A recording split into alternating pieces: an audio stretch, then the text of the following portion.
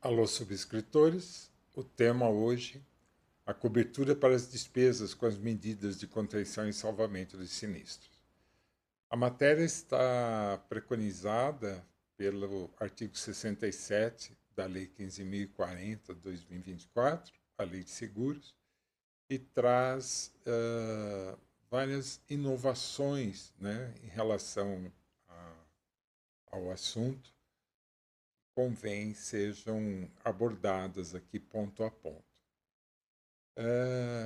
Antes de entrarmos nos conceitos da lei vigente, é importante fazer uma digressão, né, sobre essa cobertura, que basicamente ela sempre existiu no Brasil. No Código Civil de 1916, através do artigo 1461, ela já determinava, mas trazia a expressão da garantia dos prejuízos incorridos, né, para o salvamento ou para evitar o sinistro.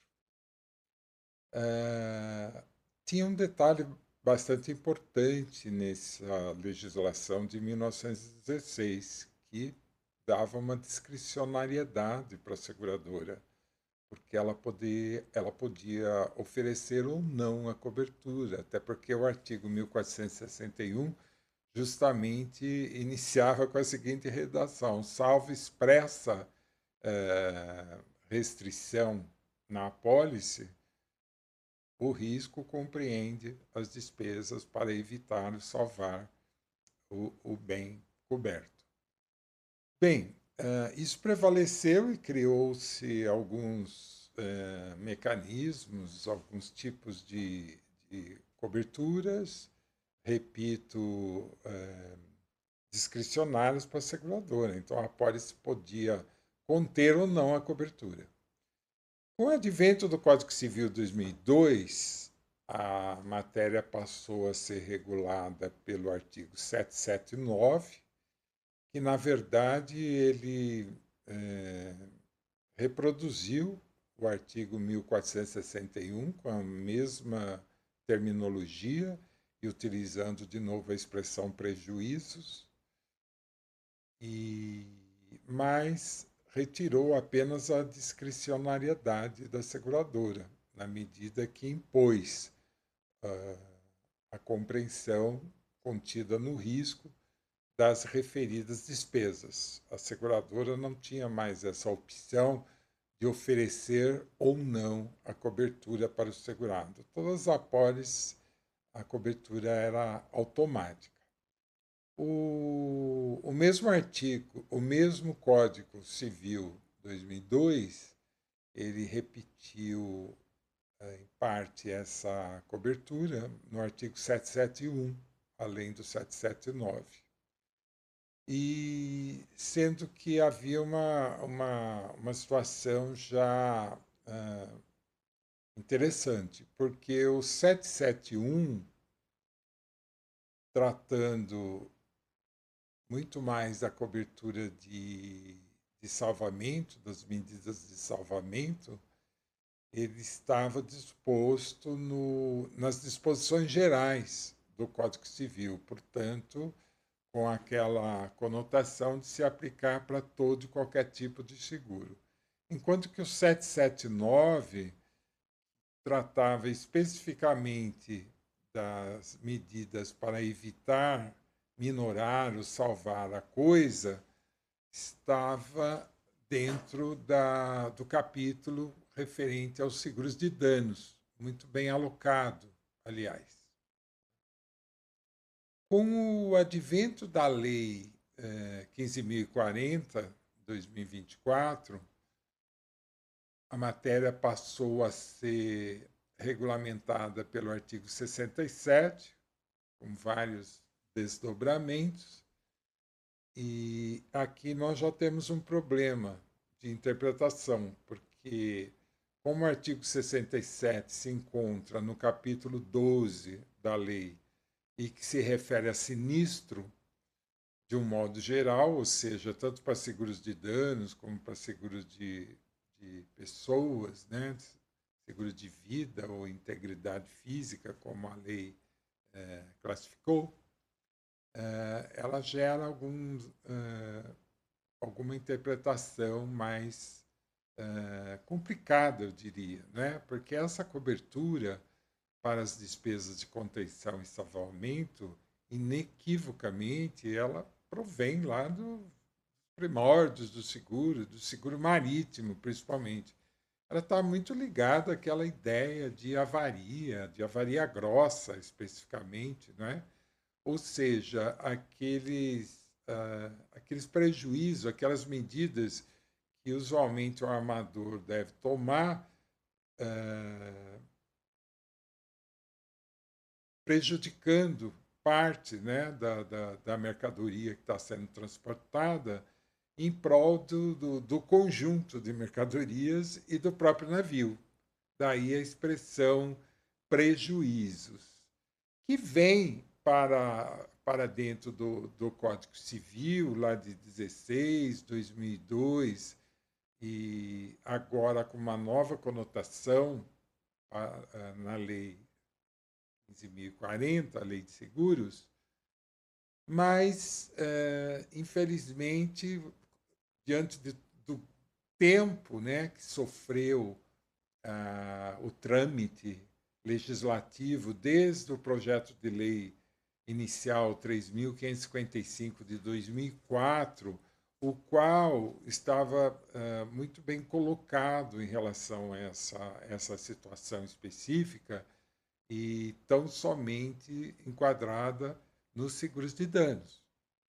Aqui hoje a gente observa, né, um movimento no mercado sobre a dúvida, como está no capítulo 12 da Lei Sinistro de âmbito geral, se aplica também para seguros de vida, de integridade física. No olhar da lei, numa interpretação fria, sim, mas teleologicamente é completamente inaplicável. Há uma atecnia jurídica, eu reputo, dentro dessa distribuição do tema pela lei. Né? Por quê?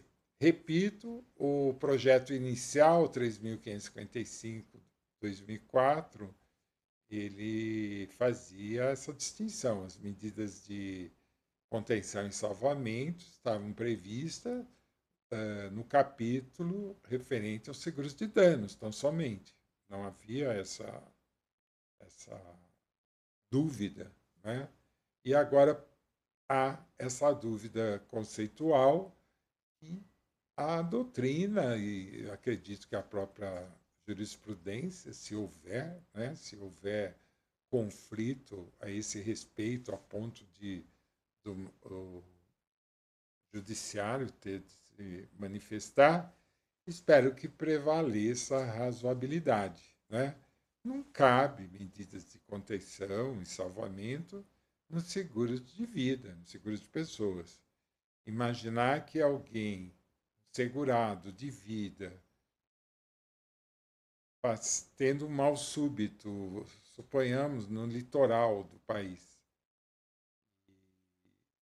de uma forma repentina, imediata, até para se preservar, ele contrata um helicóptero para trazê-lo à cidade e depois apresenta essa conta para a seguradora de vida, repito, é disso que nós estamos falando, sob a alegação de que se tratou de uma medida de contenção, né, de prevenção até mesmo, da sua integridade física, melhorando a condição não só dele, mas da própria seguradora, então, que deixou de indenizar se de fato ocorresse a morte. Parece-me tudo muito estranha essa colocação, né? O mercado tem conversado, tem falado, tem apresentado essa suposição, mas me parece totalmente ilógica, contraditória com os princípios, repito, da cobertura das medidas de contenção e salvamento que desde sempre provieram do seguro de danos. Então, espero que não prevaleça nenhuma dúvida a respeito dessa origem, né, do gênesis das despesas com a contenção e salvamento. Bom, ultrapassado essa questão, em razão, repito, de uma tecnia da lei, dentro da localização do tema dentro da Lei 15.040, que inicialmente era bem dividido. Hoje, depois de 20 anos dentro do trâmite, várias mãos, né, foram colocadas nos vários projetos de leis que se sucederam desde o inicial. Infelizmente, saiu com essa... A lei foi promulgada dessa forma, com essa deformidade, que pode ensejar, então, uma pretensa aplicação de algo que o próprio legislador inicial não imaginou. E se conhecesse de fato toda a matéria, não teria deixado prevalecer como se encontra o texto que acabou sendo publicado. Bom, importante aqui uma conceituação rápida, né, que a lei não se ocupa disso. Mas a medida de contenção e de salvamento são diferentes. A de contenção, a gente pode dizer que são aquelas medidas de caráter emergencial, imediatos, diante de um fato, de uma circunstância, de uma ocorrência, dentro da qual, se o segurado, de fato, não agir, não tomar determinadas medidas, o sinistro propriamente dito, coberto pela apólice, se materializará, ocorrendo, né? Então, a medida de contenção, como o próprio termo enseja, é justamente no sentido de evitar que o sinistro propriamente dito ocorra. As despesas de salvamento, as medidas de salvamento, por sua vez, já são diferentes, porque elas estão numa outra fase e tem como pressuposto o sinistro, a ocorrência do sinistro. Então, o sinistro ocorreu e, a partir da ocorrência efetiva do sinistro, o segurado deve tomar também medidas emergenciais, tanto quanto as de contenção, justamente com o objetivo de minorar os danos, neutralizá-lo, né? Diminuí-lo o mais possível, né? Diminuindo justamente os prejuízos dele e da seguradora, que finalmente indenizará. E esses dois tipos de despesas, de medidas, elas diferem, obviamente, daquelas despesas de prevenção e segurança de risco, que correm sempre por conta do segurado, são obrigatórias até em todo tipo de contrato de seguro. O segurado tem sempre que manter, né, em bom estado de conservação as instalações, os bens. E, obviamente, essas medidas de prevenção e segurança são exigidas pela seguradora em relação à manutenção da cobertura dos seguros, principalmente dos seguros de danos, eu repito, mas elas correm por conta do segurado, jamais serão assumidas, repassadas às seguradoras. Bom, feita essa distinção, essa conceituação entre os três tipos, né, de despesas, de medidas, passemos a analisar alguns elementos que a lei, o artigo 67, precisamente trouxe. É importante frisar, desde logo, como eu falei no início, que tanto o Código Civil de 1916 como 2002 tratava do termo prejuízos. E, repito, talvez proveniente lá daquela ideia do seguro marítimo, onde há um prejuízo pela perda, né, de parte da carga transportada em prol de todo o conjunto da carga do próprio navio. Aqui, a lei de seguros modernizou essa questão, né?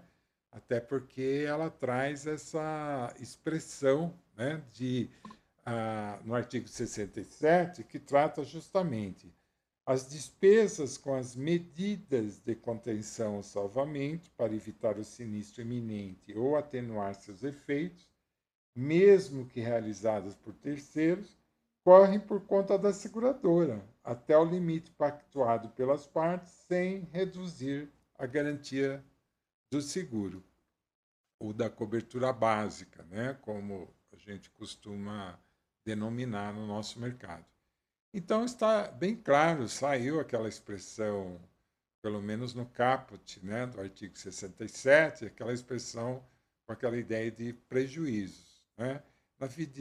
Na verdade, as medidas de contenção e salvamento, principalmente a de contenção, ela não se trata de prejuízo, na verdade, ela se trata de despesas, né, com a tomada de medidas até para evitar o maior prejuízo, né, colocando aí uma ordem nessa terminologia. Então, o artigo 67 foi feliz nessa redação, trazendo efetividade, trazendo realmente um conceito apropriado, coisa que não era bem redigido, tanto no Código de 16 como em 2002. Embora o próprio artigo 67, logo no capítulo 1º, acho que motivado ou contaminado, até eu diria, pelos códigos anteriores, né, ele traz também essa expressão prejuízo quando ele determina, né, a obrigação prevista no caput subsistirá, ainda que os prejuízos não superem o valor da franquia contratada ou que as medidas de contenção ou salvamento tenham sido ineficazes. Né? Talvez fosse desnecessário essa expressão prejuízo, mas ela decorre lá do artigo 1461 do Código de 16 e do 779 e do 771 do Código Civil de 2002. Mas não muda a essência aqui da nova postura, da nova terminologia empregada pela Lei 15.040, que no seu todo está muito bem colocada, atualizada. Né? Então, nós já temos aí do caput e desses dois parágrafos, o primeiro e o segundo, né, que também diz não constitui despesa de salvamento as realizadas com prevenção ordinária, incluída qualquer espécie de manutenção, justamente aquelas despesas de prevenção e segurança que eu falei, que sempre correm por conta do próprio segurado, nunca por conta da seguradora. A obrigação, de acordo com o parágrafo 1º da seguradora, subsiste ainda que dentro da franquia que essa apólice contiver. Né? Então, tem-se que não há aplicação de franquia em relação à cobertura para as despesas de contenção e salvamento. Outro ponto que é importante frisar aqui é que a seguradora deve, né, indicar um limite separado para essa cobertura em relação da cobertura básica, mesmo porque o caput do artigo 67 determina, né, desta forma, diz que se aplica as despesas são indenizáveis sem reduzir a garantia do seguro, né? Ou seja, sem reduzir o limite da cobertura básica. Então tem que ter um limite separado. Agora, o próprio legislador determinou que, na hipótese, né, da ausência desse limite específico na apólice, prevalecerá o equivalente a 20% em relação ao limite da cobertura básica. Então, seria ele adicional, ele não é um sublimite, ele não está contido no limite da básica. Sempre tem esse viés de aplicação isolada. Isso é importante acrescentar. Então, no parágrafo 4º do artigo 67 da lei, ela traz essa indicação. Ou indica, ou, se não indicar, prevalece 20% da cobertura básica. Importante dizer aqui também que, dependendo dos limites da apólice, 20% pode representar valor bastante alto, mas também em limites inferiores, seguros que contêm limites inferiores em relação à cobertura básica, 20% pode representar nada, né? E ser completamente ineficaz. Então, essa é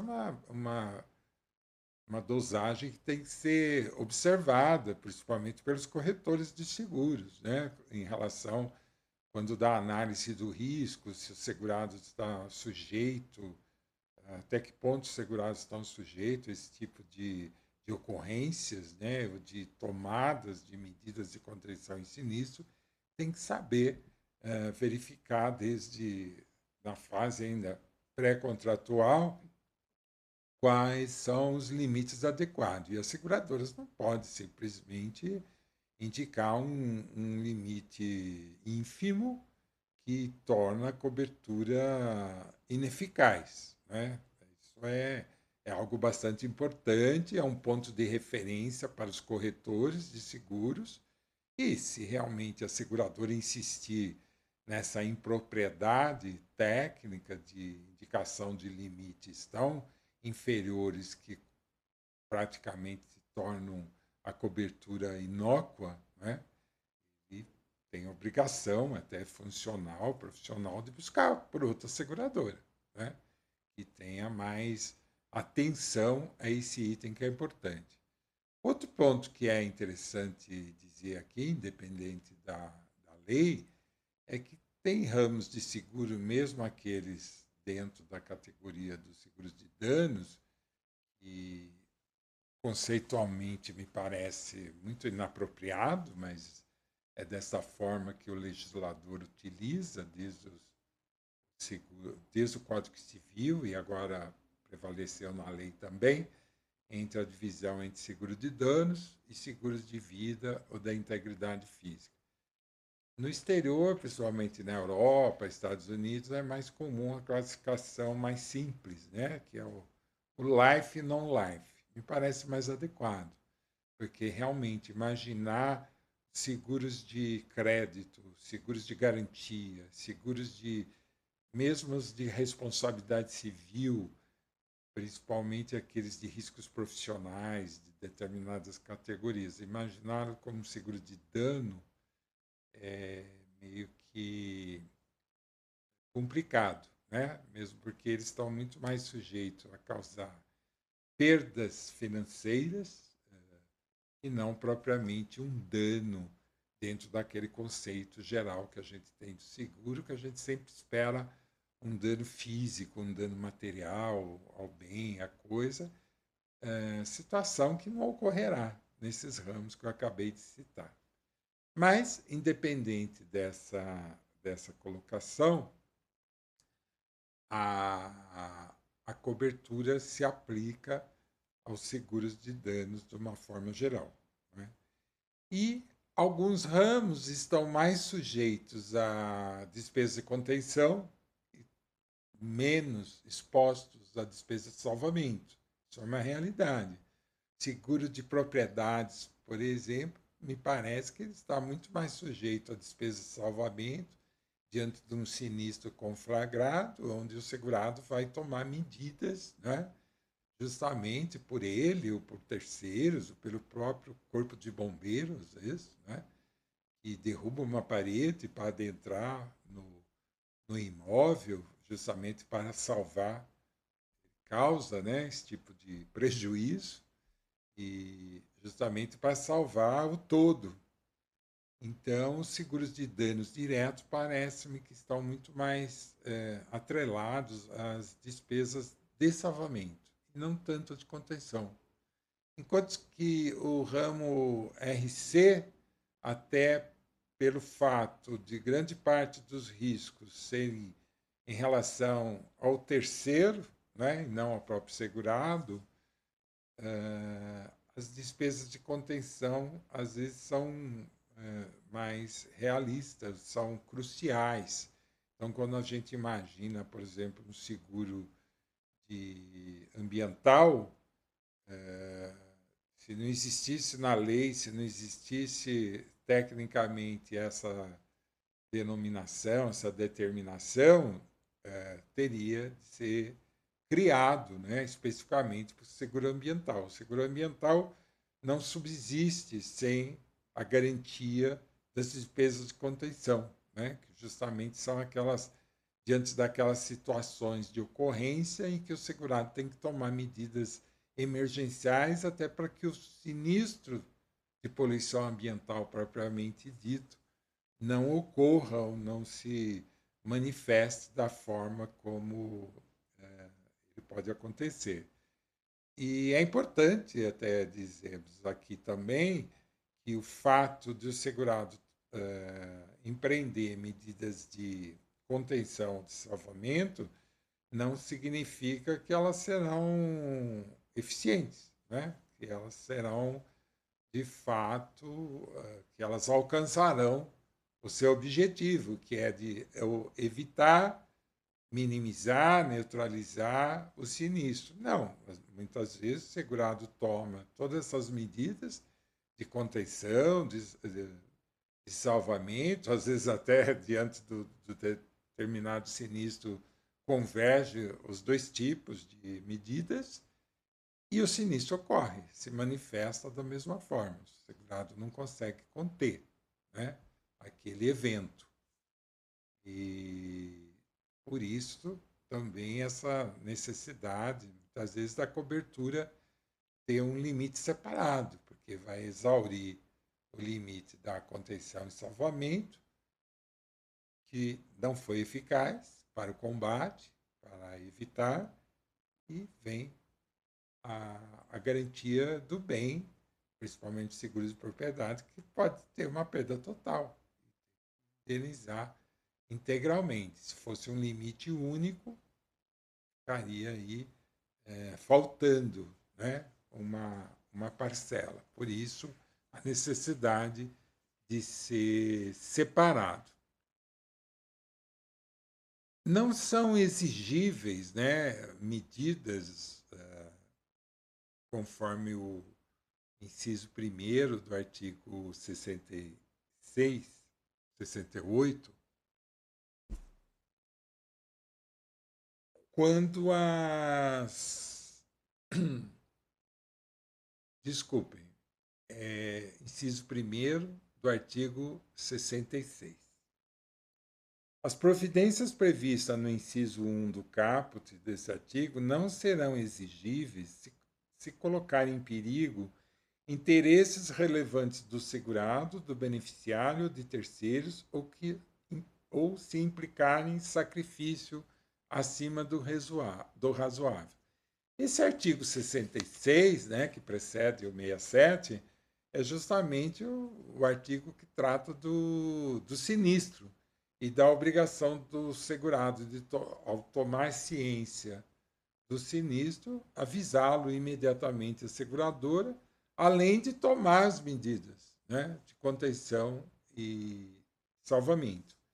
Aqui no artigo 66, já que obrigatoriamente a gente tem que tratar dele rapidamente, há no meu conceito, uma tecnia redacional que também não existia no projeto original, o 3.555/2004.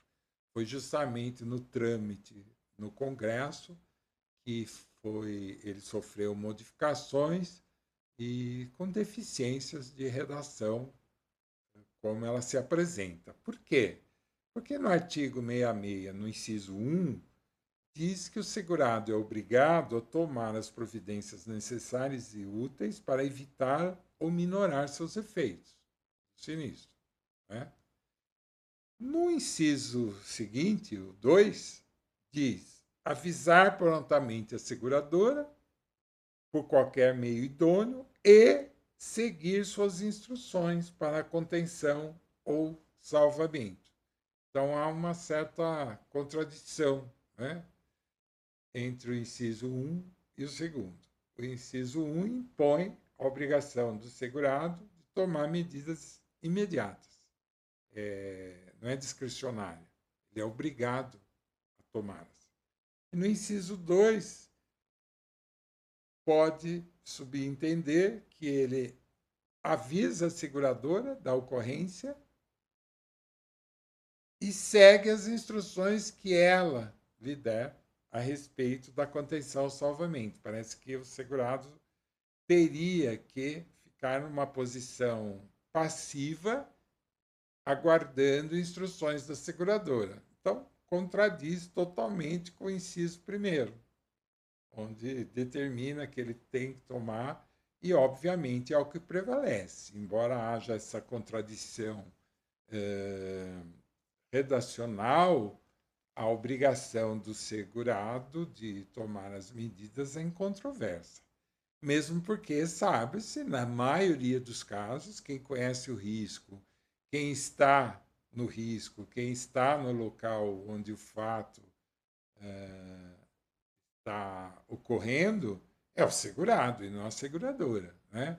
Então, é ele que é o obrigado, é aquele que tem a obrigação de tomar as medidas emergenciais para justamente evitar ou salvar, buscando a neutralização, a diminuição, né, dos prejuízos, dos riscos efetivos daquele sinistro. Então, jamais, né, prevaleceria a ideia da passividade do segurado e aguardar tão somente a orientação da seguradora. Uma situação que, embora tenha esse contraste aí na lei, essa deficiência, o parágrafo 5º do artigo 67, ele traz uma situação bastante expressiva, ao dizer que a seguradora suportará a totalidade das despesas efetuadas com a adoção de medidas de contenção ao salvamento que expressamente recomendar para o caso específico, ainda que excedam o limite pactuado. Então, prevaleceu aquela ideia de que as despesas correm por conta integral da seguradora, na medida em que ela orientar, em que ela determinar ao segurado que haja desta ou daquela forma.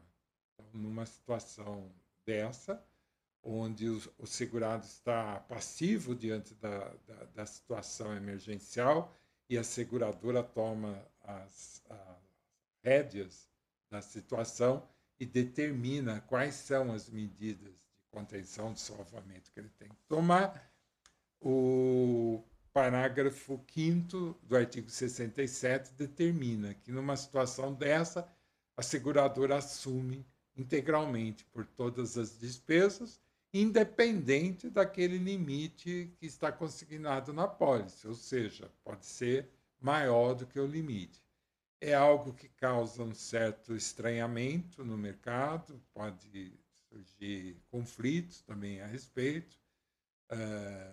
Alguns até questionam se isso essa imposição feita pelo legislador não diminuiria, não seria um elemento negativo na atividade, na medida em que ele poderia inibir a seguradora, que sempre tem expertise, né, em regulação de sinistros, ela deixar de oferecer os seus serviços, a sua orientação, a sua sugestão, ela que conhece milhares de casos já ocorridos, muitas vezes, para aquela determinada situação, justamente para não incorrer na possibilidade de assumir integralmente o risco.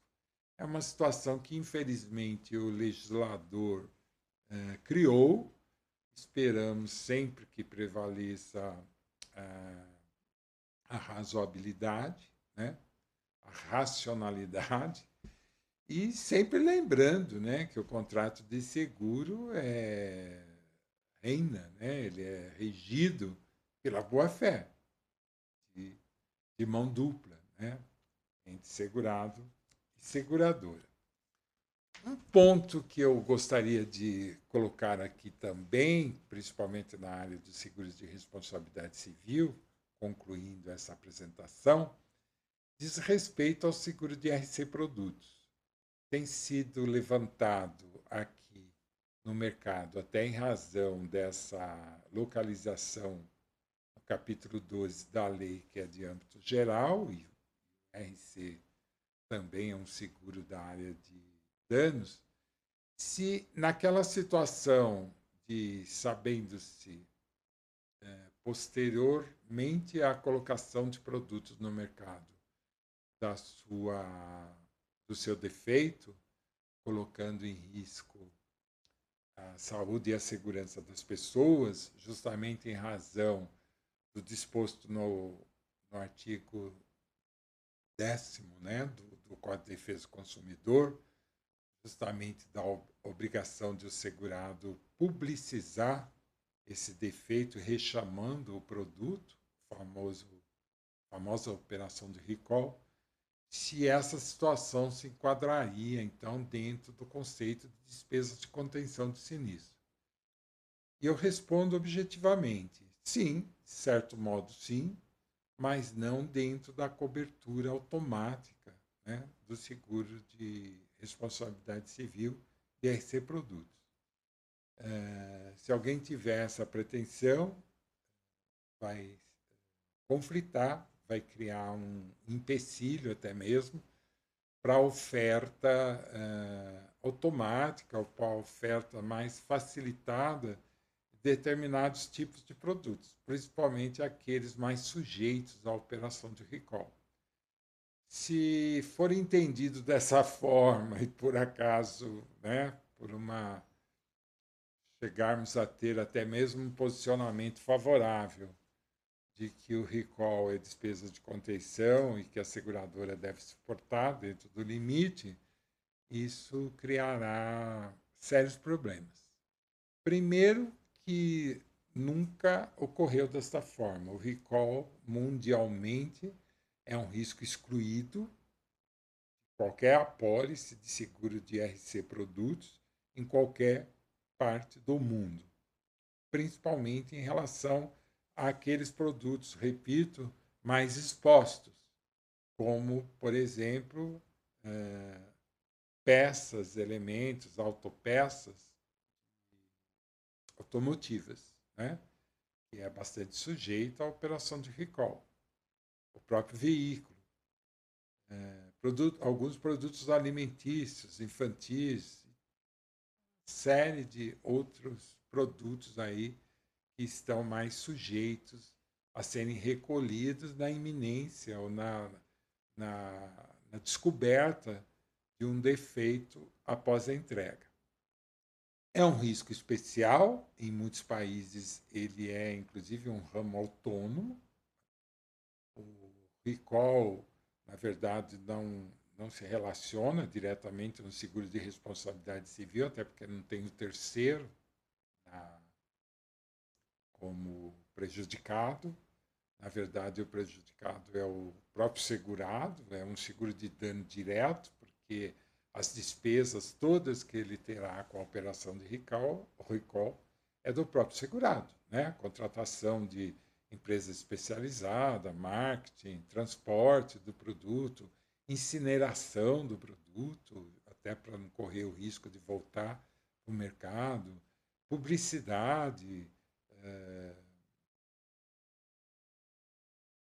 inclusive para a melhoria, né, da imagem da empresa. Obviamente, nenhuma empresa ficará com a imagem, deixará de ter a imagem abalada, por exemplo, num recall de alimento infantil, uma situação bastante sensível, né, delicada em relação à própria opinião pública. Então, tudo isso tem um tratamento específico no mundo todo e também no Brasil sempre teve. Então, o recall é uma cobertura que existe, é comercializada também no Brasil, muito aqui através de uma cobertura adicional da apólice de RC, mas poderia ser até da apólice do seguro de propriedades, por que não? Ou poderia ser um ramo específico, mas não dentro desse conceito de despesas de contenção do sinistro. Então, nós temos que afastar essa relação, né, que embora tenha similitude, óbvio, não estou negando isso, mas existe também aquilo que nós chamamos de subscrição, de política de subscrição de cada seguradora privada, que ela tem o direito de estabelecer os limites de sua atuação em relação às exposições de riscos existentes e os quais ela quer tomar como seguradora, como garantidora de riscos. Né? Então, se houver uma situação aí de anormal, né, de considerar o recall coberto pela despesa de contenção, nós podemos ver esvaziado a própria cobertura de RC produtos, repito, ou com limites muito baixos, porque a seguradora não desejará oferecer de qualquer forma, e se ela for precificar já sabendo de antemão que pode ocorrer essa equiparação, ela, aceitando o risco, ela terá que tarifar aquele seguro justamente com a visão não só do seguro de SC produtos, mas também do seguro de despesas de rechamada de produtos, o recall, o que pode encarecer e o segurado pode não estar interessado justamente pela cobertura de recall, que ele tem a opção de contratar ou não através de uma cobertura específica. Então, esse é um ponto importante dentro desse conceito geral da cobertura das despesas de contenção e salvamento de sinistro. Repito, muito bem colocadas, atualizada, modernizada pela Lei 15.040/2024. Por hoje é só.